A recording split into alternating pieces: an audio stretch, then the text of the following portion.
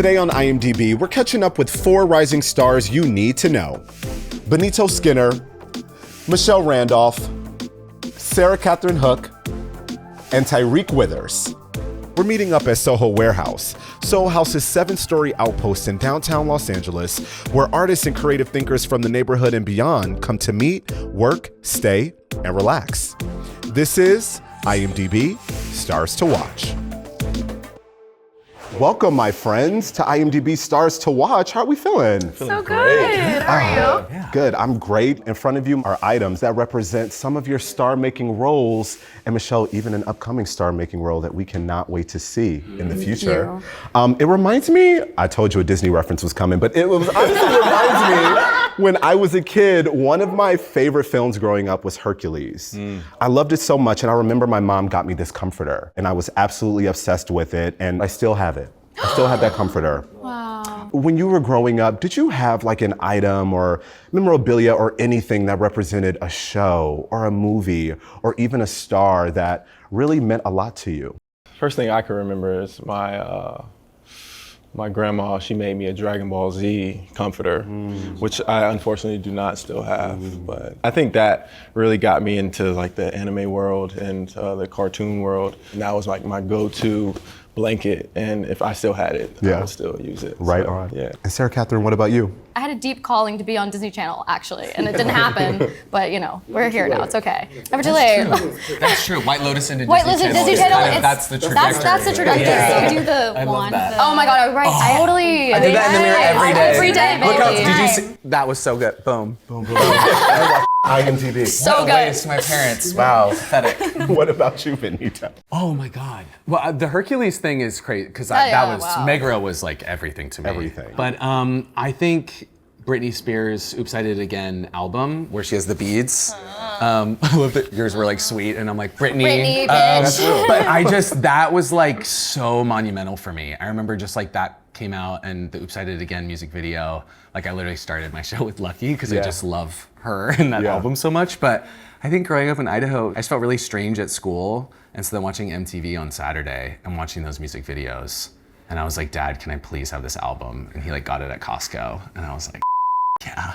And it had a scratch on it, and I have OCD, so I was like, need a new one, and I did. Oh, I was right. like, sorry, this will ruin my life. Scratches. Right. Scratches were a big deal, so I got a were. second one as a backup. Right on. Yeah. Michelle, what about you? Well, mine's pretty innocent, so I'm like, I'm sorry. But I did. When you said MTV, it came back to my Sweet 16 on MTV. I never had a party like that.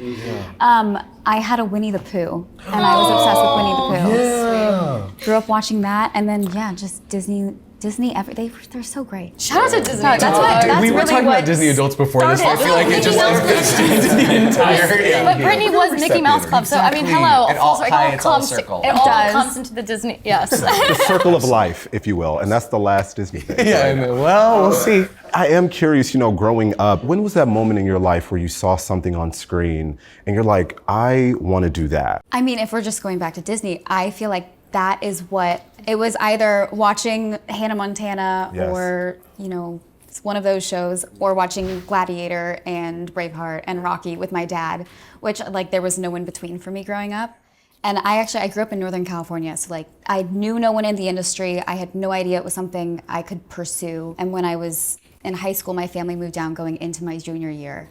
And I went from a school of 400 students to a school of 3,000, and I was close to LA, and I was around all these creatives, and it was just this whole new world for me, and everyone was a photographer or a model or a musician, and I started modeling and slowly found myself into acting, and I haven't looked back since. But it almost feels so random because it never felt like something tangible in my childhood. But now looking back, I'm like, of course this is what I wanted to do. You were manifesting that. Yeah. What about you, Terry? I think my acting bug started way back when Vine was a thing. Okay. Oh my God. Vine. It's so embarrassing. It's so embarrassing, but if Vine was still a thing, I would have some embarrassing things up. But I think that's my first initial introduction to performing for something, and then that trickled over to making my own YouTube videos. Yep. And so I made YouTube videos all the way starting from high school through college, and then I think officially changed for me when I was on the football team at Florida State, and I was like, I'm just not having fun doing this. And they announced the Black Student Union play and auditions for that. And I lied to my coach, said I had to do like test corrections or something, work with a professor, and I went and did Fresh Prince of Bel-Air scene. I turned it into a monologue. Get out. You know that monologue? So cool. Wait, do you remember the monologue? No. No, I Do it for us. do. Okay, well, we have I cameras. actually do. I actually do. It's the one where he's like, how come you don't want me, man? Yeah. Talking about his dad. How come you don't want me, man? It's a scene with Uncle Phil, and I just turned it into a monologue, and I remember just going in and blacking out and not remembering anything I did, and I ended up getting the role. And that was my first initial thing into the acting world. Wow. And then I fell in love with the rehearsal process for that, and it felt like a summer camp vibe. Yeah. And it was the first ever Black Student Union play at Florida State, so that was my. Wow. Did your hoorah. coach see the play? Was he like, what the? Yeah. Yeah, we You have said practice test right directions. now. What's going on? I never even thought of that. Play. Yeah. Wait. What? Yeah. Did he go? No. It was Okay. like it was a This isn't specific secret. This is day. very Glee to me. It was It's like very a, High School Musical. Exactly. Yeah. I'm like, this is a good movie. We have something here. We do. Yeah. So wait, so that was the bug, but then so what was the now I'm really invested in your story here. yeah. So what was the transition then to like TV film and how did Yeah, no, I think that's the part of identity that like I was confronted with. right. Who is Tyriq? I think playing sports, you're taught that you are this because you score a touchdown, or you score this, or you do this. And I think that was the biggest change in my life is, who am I playing sports for? Is it me, or is it to make my mom proud? And I think I'm still learning that self-acceptance, and that is when I decided to quit football and really involve myself, not in just the arts, but like the humanity, like the human condition, the experience. And I got involved on campus and the Diversity Inclusion Institute, or the executive board for Black Student Union. And that helped me curate my human experience, and that trickled over to acting, because I think that's what we do best as actors, tell stories that make other people feel seen. And I think that the next 4 years in undergrad was that transition into making films. That's awesome. Right on. So cool. Well, I wanted to be an actor since I could like form thoughts. Yeah. I'm pretty sure. Like, I mean, I'm serious when I said I had a deep calling to be on Disney Channel. Yeah. Like that was like my purpose, my drop path. Disney in, like, Yeah, Disney's with us in this conversation. As always. Yeah.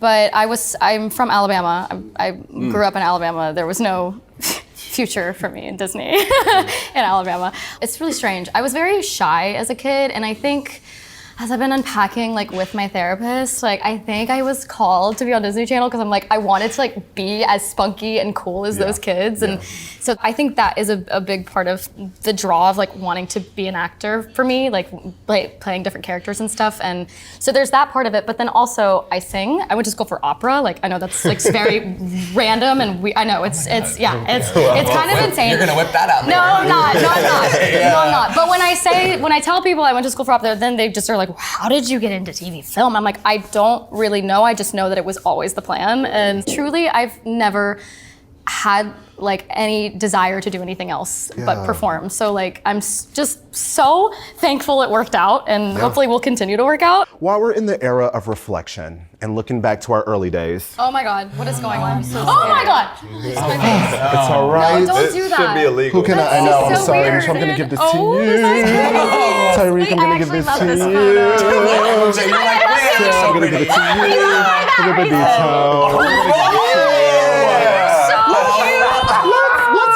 So yeah, football player that as up to well. You're so cute for Sorry, this. who at IMDb is trying to play me? This was mine. Look at his. It's okay. Homophobia is alive. That's I crazy. picked it. That's okay.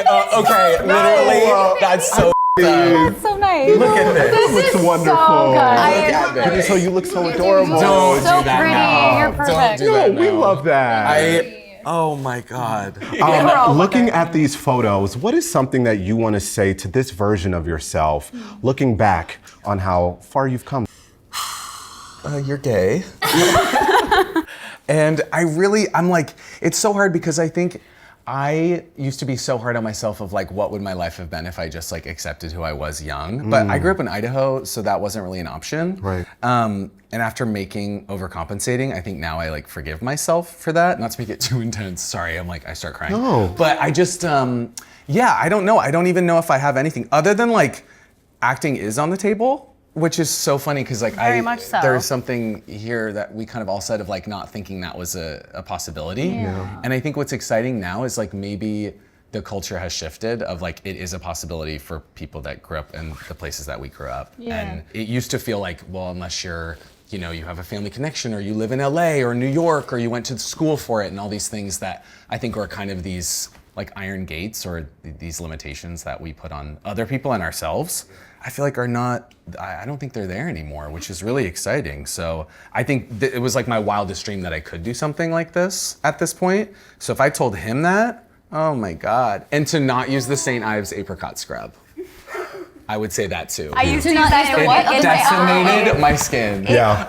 Like till it bled. Oh God. Yeah, so maybe Your that skin looks too. beautiful now. Thank you so much. You're And great. you too. Yeah, so maybe that. Anything else looking at these photos? I would say, well, also I foster cats. I haven't fostered. I'm like a huge cat person. I feel like that's my name, and then cats is next to it. Like I allergic. foster failed. You are. I'm allergic too, but like it's a cute. I'm in a hotel and I haven't hugged my cat today, so I'm not gonna get anything on you. I foster failed with this cat.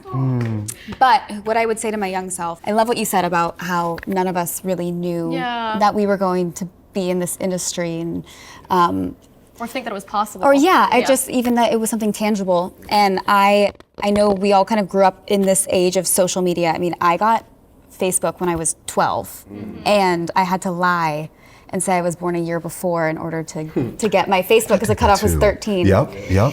And I think then shortly after was Instagram and I spent so much of my youth and my formative years trying to be like everybody else. Like I wanted to be at the places my friends were and I wanted to dress the way they were. And as I've gotten older, and I wish I could tell my younger self this, like be yourself, just be authentic. And I just am so much happier in that way. So I wish I could go back and tell myself that. Right on. I love that.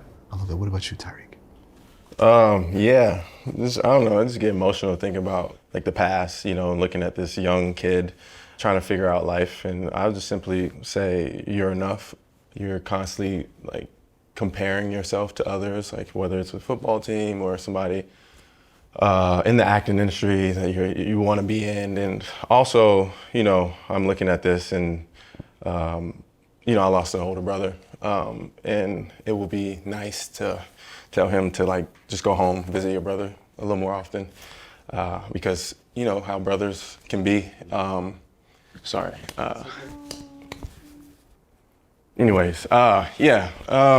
I just was so focused on this path of success that I didn't really look back at family like I should have, and it would have been nice to have a few more nights or a few more hangouts with my older brother. So. Next person. It's all right. And I know he's proud of you. Thank you for I sharing know he is. that. I appreciate it. Thank you.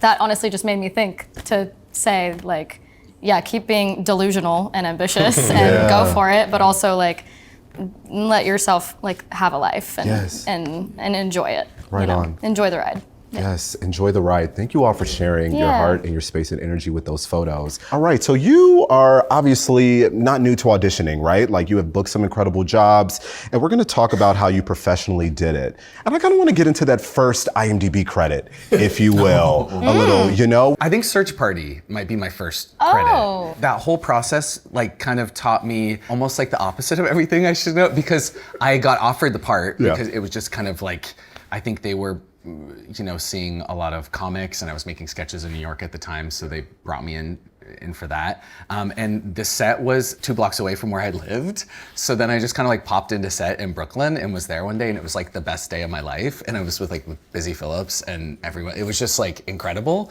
So that was almost this kind of like surreal experience of like I don't think it's like this, but that's after like years of just so many gay assistant auditions. Yeah. Like I have a gay assistant shirt in my closet for how many I've auditioned for at this point.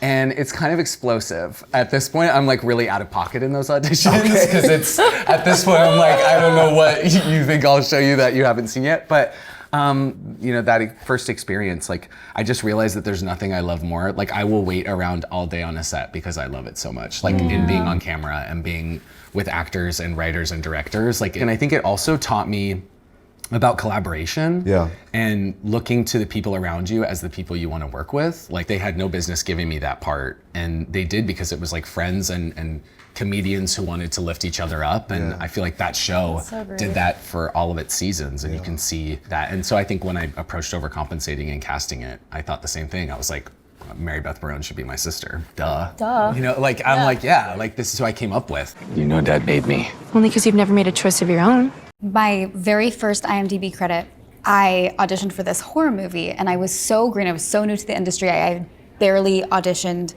and there's this part in the scene where something scary happens, and the casting director was like, all right, when this happens, I want you to scream and look like you're seeing the most scary thing you've ever seen in your life. And I was like, okay, great. And so, you know, you're standing there and there's the camera and it's on you, and the part of the scene comes and he claps, and I ran to the other side of the room and hid in the corner because he said to seem like I was happy. And I was so young, like that just shows how green. Since then I took an on-camera audition class because he was like, okay, so great job, but I need you to do that in front of the camera. And it's so crazy because I think we get so used to just like working and being on set that I don't always realize how much I've grown and in the last 10 years. Like I'm like, you get a script and it's just, you understand it, but it took so many classes and school and studying and hard work to get to this point. I'm very hard on myself, and I don't think I always give myself the credit for that. And the art of auditioning. By the way, it's completely different. Oh, it's a complete, it's so different than being on a skill set. set is auditioning. It is a complete different, and absolutely. self-taping and It's a different medium. Don't say that word. I'm actually a COVID baby. So like I started my acting career during COVID. So I never really had an in-person audition until recently. Sorry. But yeah, I moved to Atlanta and then I lied on my resume to get an agent. So this is before ChatGPT. So I had to like create the resume on my own, and I sent it out to a bunch of agents, managers. Everybody said no. I said I had commercials coming out. I did this play, studied with this teacher, and I eventually landed on one manager. And my first IMDb credit was Legacies on CW. Wow. And I had one line, and I was on set for 3 days, and I was the happiest camper ever. I know people were looking at me confused, like, why is he so happy? And we had masks and social distancing at the time, so I didn't really get to connect with the cast as much as I would have liked. But that was probably the most excited I've been since, because it's like raw, new, and yeah, it's a big moment that now we're here. I gotta give a shout out to your guest appearance in Atlanta, Tyriq. Such a good show. That episode changed not only my career, but my life. It made me reflect on like my identity, my racial identity and whatnot. But working with Donald, he's such an amazing, humble, grounded creative that just wants to create dope art that people connect with. And I really didn't know the extent of the episode we were creating until my sister, she studies at Stanford, and she sent me a video of the episode in like an auditorium. And I was like, y'all are just watching the episode? Like, why are you doing that? And then she was like, no, we have to like watch it for my mixed race politics class. And we have to like do like a paper on it. And that's when it clicked for me. I thought to myself, oh, Donald's creating art that will be studied generations from now. He's just genius, and genius is like just create, and the people around him, like it's just a magnificent show. And it was a life-altering moment for me. You ain't black, boy. But my dad's black. Well, then have him come here, and then I'll give him the scholarship. While we're on the topic of auditioning, I have to know, how does one audition and book a role on the White Lotus? And does it help if you can perfect your Piper no at all, you know? What if it's a cult, Piper? I was attached to this Amazon show, Cruel Intentions reboot of obviously the iconic 90s, la la la. I kind of think having that helped me get the initial audition for White Lotus. I always get what I want. so strange, guys. It was one of the easier processes, which is like, you would think that it would take audition after audition after audition, but I think why it was the way that it was is because Mike is the only person in charge. He's the only writer for all of the episodes. He's the director, he's everything. And he's all of the characters too. So I think he just casts very instinctually. And I think that is something so great about White Lotus too, is that like everyone really fits their character very well. When I auditioned, when I had my first tape, I was given very little context of what was going on. Like they gave me a really small breakdown of Piper, and then I had, I think, 2 or 3 scenes, and I just put my instincts down like on the page. And it was also one of those auditions that, like, when I read the breakdown, I kind of was just like, I don't know, I feel like we're kind of similar. Like I've had just a weird gut feeling about it. Something felt really yummy about the whole thing. And so then I put my instincts down, and then the casting director liked it, and she decided to give me a call and give me very, very, very specific notes. And so then the second we got off the phone call, I put myself back on tape with those notes, sent it off. Great feedback. It was like, Mike really likes you, likes the look for the part. Anywho, I didn't hear anything for about a month. It was very bizarre. Like, it was like all of this good talk, feedback, la la la la la. And then I finally got my director's session. I went onto the Zoom with Mike, and he was just like, hey, what's up? Like, how are you? He's like, what are you doing? Like, let's get lunch. You know, like that kind of vibe. Like, I was like, what? I thought we were gonna have this like deep philosophical talk here. It was so strange. And then I do the scene once, and he's like, I'm like, hey, like, you're great. Like, thank you. Okay, see you around. And I'm like, what just happened? I didn't know. I was like, I either got it, like, no problem, no question, or like, I'm out. Like, that's not happening. And then I got the call the next day that I got the part. And then I watched School of Rock that night with my family, like, to celebrate. And yeah, it was like probably the greatest call I've ever received in my life. Absolutely. And I know, like, during that month where you were waiting for that call back. Oh, brutal. How do you keep yourself busy? It was horrible.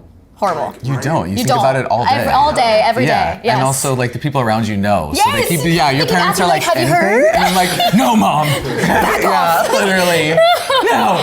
You'd know if I did. But you have to convince yourself that it's yours enough to really care and do a good job, but then also not get so attached that and it's impossible. I met straight actors who were like, they're like, yeah, I mean, I knew I got it, man. And I just kind of was like excited. And I'm like, well, until the person I'm on set, I'm like, they're recasting. Well, at this point, I didn't get the part. Okay, well, even then, it needs to get to week Even then, I'm 2, like, and then I'm they're like, gonna okay, recast. it's too late. They spent too much money. They like created the show. I'm like, they're gonna recast Benny. They have to. By the way, every single one of us thought we were getting recast. Like, there was not, like, Parker Posey on the flight, she's like, I'm getting fired. I can't believe it, I'm getting fired. Like, everyone thought that, like, it was just too good to be true. Okay, it's not that big a deal, don't freak out. What do you mean, don't freak out? So you're booking these incredible roles, and you're also working with people that we all recognize and love. Benito, I gotta ask you, my friend, and this is from my Brat Summer girlies, how does one pitch a show to Charli XCX?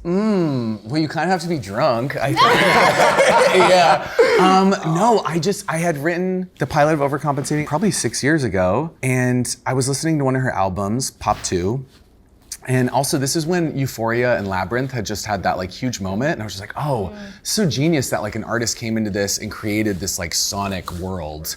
And I'm like, she kind of feels like college to me. I think she feels like college to so many people. So I was just like, she has to do the music.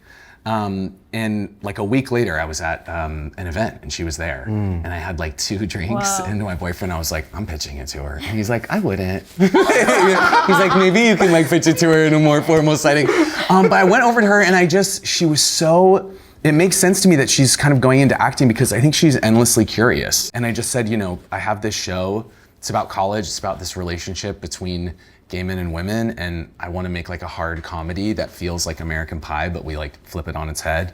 Can I please send you the scripts? And she was like, sure, babes. Sure, babes. Sure, babes. And then I did, and then it's so funny, like we pitched the show with her on Zoom, which thinking now of like how big she is, like just like her like being in her, in her kitchen, like sitting there, because it was like we pitched it during COVID. I think she saw how maybe passionate I was about the show, and I think everyone kind of comes to that time in their life, whether you were in college or not, like that kind of like early 20s era of your life it just feels so like life-altering in every way. So I think that excited her, and how much I think I loved the music and her music. Miss XCX. You can call me Charli, hi. Let's take a little mini break. another I have something thing. for you, 'cause in Oh case we need a little my. pick-me-up. We have some snacks that we can fly in for you guys. Production here, my It's God. high value. That's like This $3,000. say a lot about who we are. Correct. Yes. Correct. It's there for you if you need it. Just some little pick me up. I might like just steal Michelle, one of do you want some these. popcorn? Sure, why not? These are like actually That my is favorite. my favorite Popcorn's dessert. fabulous. You know what? Soho Once I House. start, I don't stop. I'm tasting Shout out coconut to oil. Soho House Candy. While we're bet it's the- snacking, I'm curious from your past set experiences, who's an unsung hero on set? Intimacy coordinators. Why? Talk a little bit about that. We had an incredible one on our show, Bergio Emek. It was so incredible because this was a lot of our first time. You know, for me also, it's like coming into it as the creator of the show. I think sometimes you like want to give the vibe that you have all the answers, but I think a really skilled intimacy coordinator like the one we had allows those spaces to be like, what are you scared about? Right. Like you really aren't going to say these fears to anyone else, but like tell me, and let's create like the best, safest environment. Yeah. Especially because we were doing intimacy scenes that were also like supposed to be funny at times, which sounds like it would be easier, but I think at times can be really embarrassing because people are laughing while you're like making out with someone, and it's kind of like, well, no, I'm good at this. You know, you just feel like so like kind of, for lack of a better term, like on set. That's the quote, IMDb. But yeah, you just feel very, I think, vulnerable, and I like, you know, when you're writing some very like vulnerable scenes for a lot of the actors, and it being our first time, intimacy coordinators are really heroes on a set like ours, because you just, you go into those scenes and you feel comfortable, and then in the end you get a result that feels like something that everyone feels safe and good about. You good? Okay. Yeah, I think so. I want to dig into a little bit about franchises. Michelle, I got to give a shout out to you, my friend. You are a future Scream Queen. Yes. In the upcoming Scream movie. When you join a project that's already based on like existing IP, and there are passionate fans out there, as an actor, how do you approach that role? Do you watch all the films? Do you kind of stay away from it? Like, talk to me about that. No, well, so I had just gotten to Texas because I film Landman in Texas, and my manager calls me and she's like, there's this project, Scream, whatever, and I was very excited because I have been told I have a very loud scream before, and everyone's always joked like, oh, you should be a Scream Queen, and I actually got to do this. I watched every single movie. I flew out 3 days later to film it, and it just like all happened so fast, but I'm like, I haven't actually had to talk about Scream before, so I'm like, what can I say about Yeah, we'll keep it chill. But this is what I will say about it. Every single person who worked on that set is a fan of the franchise itself. So like everyone knew cool. and I don't know if you guys are familiar with Scream or have seen it, but okay. Where do we start? There is so much. Well, I hadn't seen it before, and so there's so many nuances and characters that come back, and it's referenced, and it's movies inside movies, and it's so confusing if you're not familiar with it. And it was so cool to be able to talk to like the PA or the sound guy, and they all understand exactly what's happening. And there's a lot of references to the original Scream, which is cool. And I got to give a shout out to Sarah, Catherine, and Tyriq.